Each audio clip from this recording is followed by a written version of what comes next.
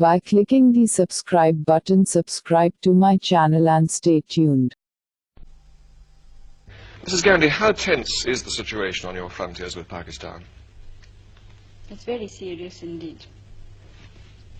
The two armies are confronting each other. And of course, shelling has been going on for quite some time, even before I left. Do you really think it's possible that Pakistan would attack India with their present internal situations? Well, when there is the sort of chaos which they obviously have, they may take desperate action and feel that an external enemy might unite some of the people there. What about you? Is there a situation in which you might attack Pakistan? Well, I hope not. India has always tried to be on the side of peace and negotiations and so on. But of course we can't endanger our security in any way. Do you frankly expect to see war with Pakistan soon? It does look to many people as if it's inevitable. I don't think one can really give an answer to a question of this kind. Because as I said, we are trying everything possible to prevent it. Why have you not felt able to agree, as the Pakistani president has, and he suggested it, that you should withdraw some troops from your frontiers? Pakistan, as I moved its troops forward a considerable time before we did. Now, while they were there on our border, nobody raised any question that this would be, endangers peace, it endangers our country. Now, when we felt compelled to, in the interest of our defense, the whole world seems to have woken up. Now, it seems a very unrealistic situation to me.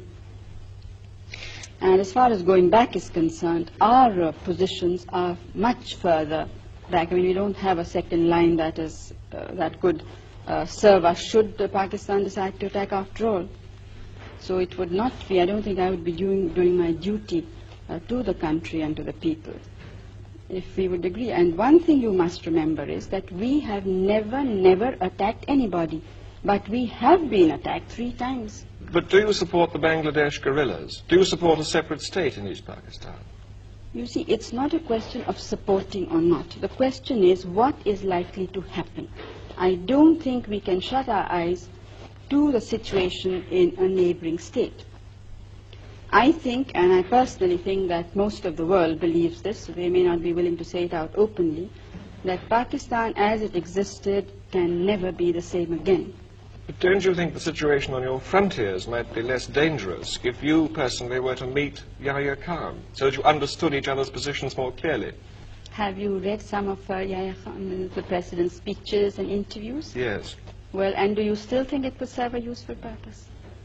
Maybe you would understand each other's positions on the frontier better. You'd understand why your troops are stationed there. No, I understand it perfectly well. There's absolutely no doubt in my mind.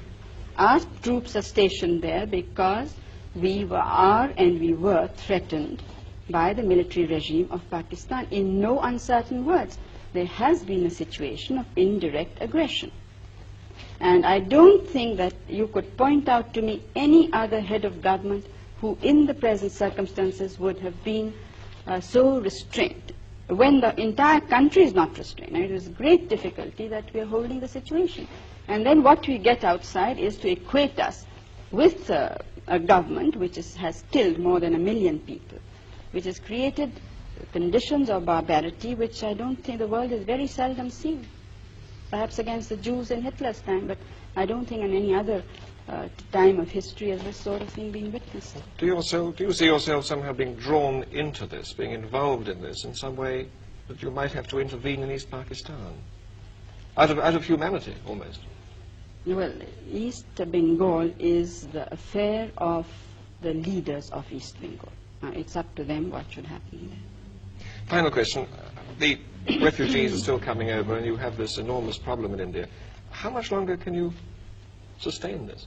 Oh, we can't sustain it now longer. It's now for some months it really has been something that's, water going higher and higher. What are you going to do about it? But something will have to be done. one thing I must say, that I'm absolutely determined that all the refugees of all religions must go back. We are not going to absorb them in our population. Would you, if necessary, put them back by force? Well, I'm not jumping of bridges before I come to them, but I'm only sure of this, that they have to go back. By clicking the subscribe button, subscribe to my channel and stay tuned.